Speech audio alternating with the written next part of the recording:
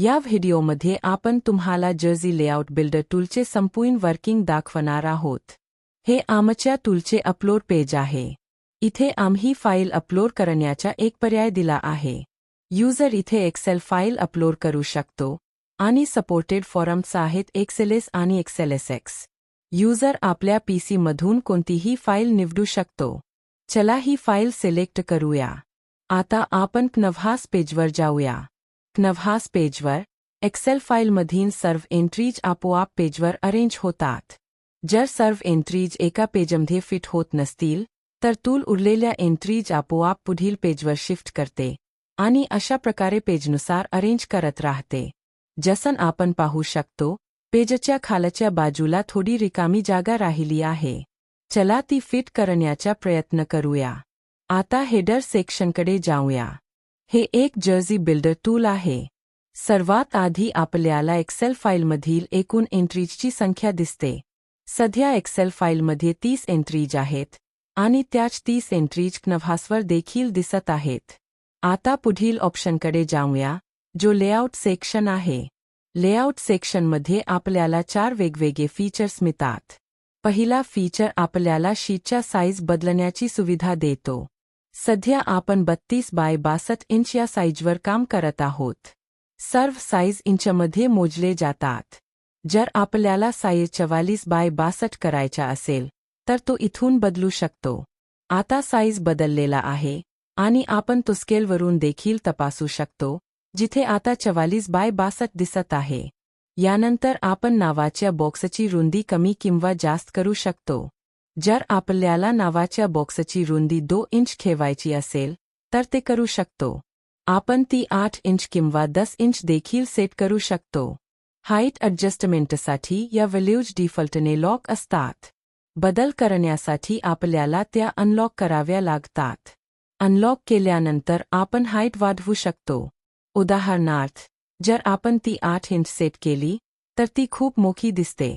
चला ती 5 इंच करूया। हे थोडं चांगलं दिसत आहे। आता ती 4 इंच करूया। हो, हे खूपच छान दिसत आहे।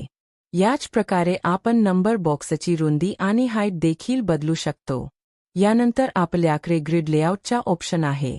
पूर्वी इथे 5 रो होत्या, पण आता फक्त 4 रो दिसत आहेत। याचं कारण म्हणजे नावाच्या बॉक्सची हाईट वाढल्यानंतर 5 रो एका पेजमध्ये फिट होत नाहीत, हे टूलने आपोआप ओळखले आहे। एंट्रीज काढून टाकण्याऐवजी टूल त्या आपोआप पुढील पेजवर शिफ्ट करते। जर आपण हाईट अजून वाढवली तर एक मेसेज दिसतो की निवडलेल्या रो उपलब्ध स्पेसपेक्षा जास्त आहेत आणि एका पेजवर फक्त 4 रोज वापरता येतील। जर आपण हाईट कमी केली तर पुन्हा 5 रो फिट होतात आणि जर अजून कमी केली तर 6 रो देखील फिट होतात आणि मेसेज दिसेनासा होतो। आपण कॉलम्सची संख्या देखील बदलू शकतो। डिफॉल्टने ती 4 वर सेट असते, कारण हा सर्वात ऑप्टिमल लेआउट मानला जातो। तरीसुद्धा गरज असल्यास आपण कॉलम्सची संख्या वाढवू शकतो। आता टायपोग्राफी सेक्शनकडे जाऊया। इथे आपण नाव आणि नंबर दोन्हीसाठी फॉन्ट निवडू शकतो।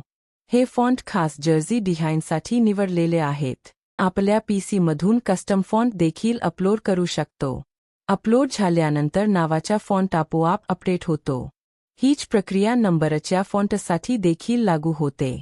आपण कलर पिकरच्या मदतीने फॉन्टचा रंग बदलू शकतो। आउटलाईन कलरसाठी देखील पर्याय उपलब्ध आहेत। आउटलाईन स्पष्ट दिसण्यासाठी आपल्याला तिची रुंदी वाढवावी लागते।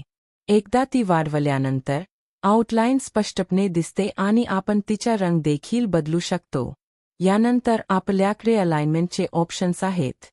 आपण ठरवू शकतो की नाव वर असावे आणि नंबर खाली, किंवा नंबर वर आणि नाव खाली। हा ऑप्शन निवडल्यावर नंबर वर येतो आणि नाव खाली जाते। दुसरा ऑप्शन निवडल्यावर नाव वर आणि नंबर खाली येतो। आता स्केल ॲडजस्टमेंट फीचरकडे जाऊया। हे फीचर अधिक चांगल्या प्रकारे समजण्यासाठी चला ग्रिड व्ह्यू ऑन करूया। इथे आपल्याला ब्लॉक A, ब्लॉक B आणि त्यांच्यामधील गॅप्स दिसतात। गॅप हा शेजारी असलेल्या सेल्समधील अंतर दर्शवतो। जेव्हा आपण गॅप वाढवतो तेव्हा सेल्समधील अंतर वाढते आणि टेक्स्ट लहान होतो। जेव्हा आपण गॅप कमी करतो तेव्हा अंतर कमी होते आणि टेक्स्ट मोठा होतो। यानंतर गॅप बी येतो, जो ब्लॉक आणि ब्लॉक बी मधील अंतर दर्शवतो. ब्लॉक A हा नावाचा ब्लॉक आहे आणि ब्लॉक बी हा नंबरचा ब्लॉक आहे.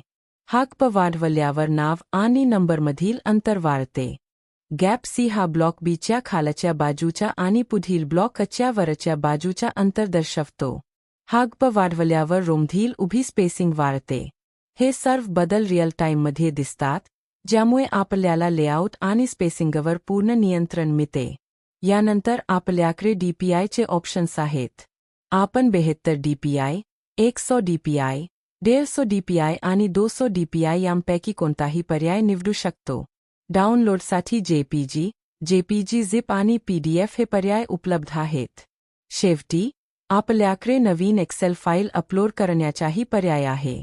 यामुळे युजर सध्याच्या एंट्रीज नवीन एक्सेल फाईलने रिप्लेस करू शकतो.